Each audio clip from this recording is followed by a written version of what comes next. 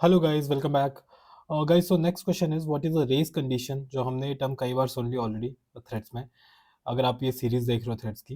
And basically how do you avoid it. Basically पहले तो race condition क्या होता है, ये इमेज देखो, थोड़ी सी फनी इमेज है। बेसिकली शेयर्ड रिसोर्स है, तवा है, एंड ये दोनों यूज़ करना चाह रहे हैं, but they are not deciding कौन पहले यूज़ करेगा। तो दोनों को लग रहा है, दोनों ने अपना अपना खाना बनाना चाहा और खिचड़ी बना दी अल्टीमेटली। ठीक है, race condition, kitchen disaster. So basically, race condition happens when two or more threads access and modify shared data at the same time. ठीक है, access करना चाह रहे हैं, modify करना चाह रहे हैं same time पे, and the final results depend on which threads runs first. Timing issue. So the output becomes unpredictable and wrong. ठीक है, this is basically race condition. Same time पे वो एक वैल्यू को चेंज करना चाह रहे हैं। ठीक है, अगर एग्जाम्पल देखोगे तो ये एक एग्जाम्पल है। यहाँ देखो, एक क्लास बनाई है काउंटर, और इसका एक मेथड है, इसमें एक फील्ड है काउंट, और एक मेथड है जो इसकी फील्ड की वैल्यू बढ़ाता है। ठीक है, अभी हमने इसको सिंक्रोनाइज नहीं किया है। तो काउंटर का हमने ऑब्जेक्ट बनाया और दो थ्रेड इसको यूज कर रहे हैं, जो कि इसकी वैल्यू, पहला थ्रेड 1 लाख टाइम्स इंक्रीमेंट कर रहा है, फिर दूसरा थ्रेड इंक्रीमेंट कर रहा है। दोनों थ्रेड स्टार्ट किए, दोनों को खत्म होने तक का वेट किया, and then finally value print करी है।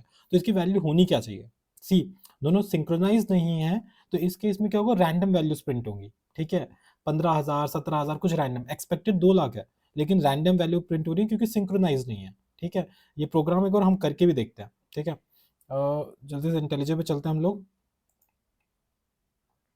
Okay, so if you see in intelligent, same code लिख रखा है और अभी ये सिंक्रोनाइज नहीं है। तो अगर मैं इसको चलाऊं अभी, ठीक है, इस कोड को, तो इफ यू सी हियर, यहाँ पे ये कुछ value, different different value print होगी हर बार रन करने पे। देखो अभी 14,000 समथिंग हो रही है, फिर से देख लेते हैं एक बार। ठीक है, लेकिन अगर मैं क्या करूं इस मेथड को, ठीक है, अगर मैं सिंक्रोनाइज कर दूं, ठीक है, और अब कॉल करूं, तो एवरी टाइम एक ही वैल्यू प्रिंट होनी है, दैट इज 2 lakhs। ठीक है, ये वैल्यू होगी। फिर से एक बार रन कर लेते हैं।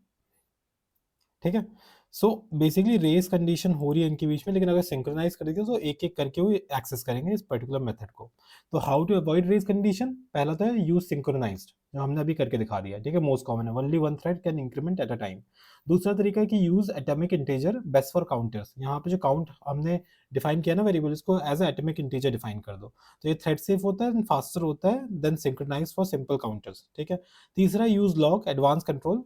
लॉग यूज करके भी कर सकते हो, बेसिकली इस क्लास का एक ऑब्जेक्ट बनाओ, ऑब्जेक्ट का लॉग बनाओ, उसकी तरह से यूज कर सकते हो।